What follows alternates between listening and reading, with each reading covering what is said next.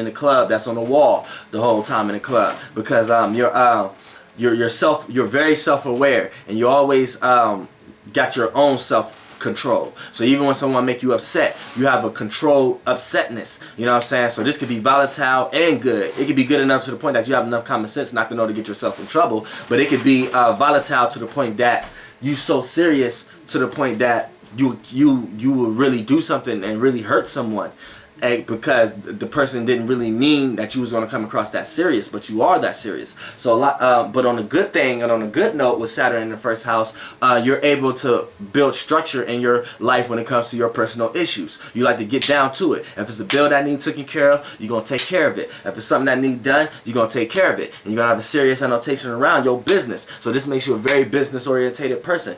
Personally, your personality is very business. You're gonna be about structure, about building a foundation, about getting things done. And you ain't gonna, it's like a no nonsense type person. Yeah, we can play and have fun later. Let's get work done now. And that's how you personally are. Now, let's talk about Uranus being in the first house. Now, with Uranus being in the first house, we know Uranus is change, rebellion, but it's also originality and uniqueness. So your personality, you're going to come across unique to people. You're going to come across very original.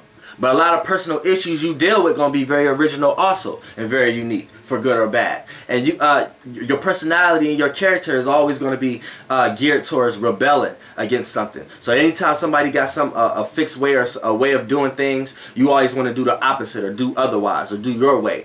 And you like to change things up. You don't like when things stay the same. So it's like fixed and changeable at the same time. So when things are staying the same, you like to switch it up. But you're stubborn to the fact that you don't want to get with the things that actually work. So it's like you mutable and fixed at the same time. But with Saturn here, you're able to gain structure in one's life. You're just going to put a lot of boundaries and restrictions on what you feel to express about yourself and to what people going to be able to express to you. When people crossing the line, you're going to be the first person to tell them you crossing the line.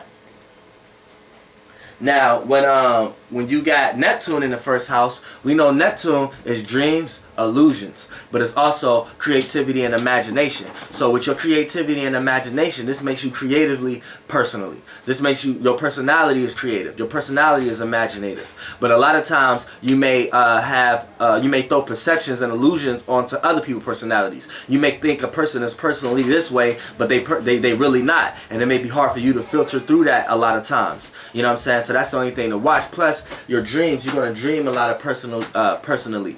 And your personality is going to gear towards a lot of your dreams and a lot of things that you're into, and a lot of your personal issues is going to play out in your dreams. Now, let's talk about, last but not least, Pluto. Now, Pluto in the first house. Pluto, we know, is everything of Mars deeply. So it's deep transformation, deep willpower, deep passions, deep intentions. So things you deeply try to do, other than it you just plan out the way you are. Now, when it comes to this placement right here, what you have to understand is this.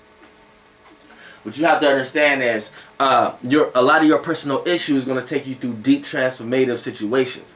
So and your personality is going to go through a lot of deep transformations. So you may change the way you are a lot of times. You may change the way you be a lot of times. You may change the way you is a lot of times. You know what I'm saying? Or you may look to others for examples in order to know how to process or know how to act. You know what I'm saying? Or you may idolize a lot of people early in life before you actually come to the conclusion of how you truly supposed to be. Now, what the good thing here with Pluto in the first house is you're able to deeply understand the other people's mannerisms, other people's personalities, other people's way of doing things, other people's issues. Like you could look at another person's personal issues, which is their life situation, whatever they're going through. You could look at what they're going through and analyze why they're going through that in the first place. And you're able to transform that thought into, for you not to be, you won't have to experience that, or be able to help them out so they don't have to experience that anymore. So that's another thing that you have to understand with Pluto here in the first house. So Pluto is deep transformation. So you're going to transform a lot of people in your life, personal issues, or you're going to manifest a lot of people in your life that transform you and your personal issues.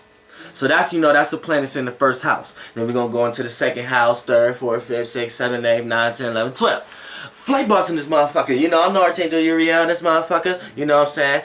Just receiving information and giving it out. Because what's the point of having it? What's the point of having it if you can't give it out?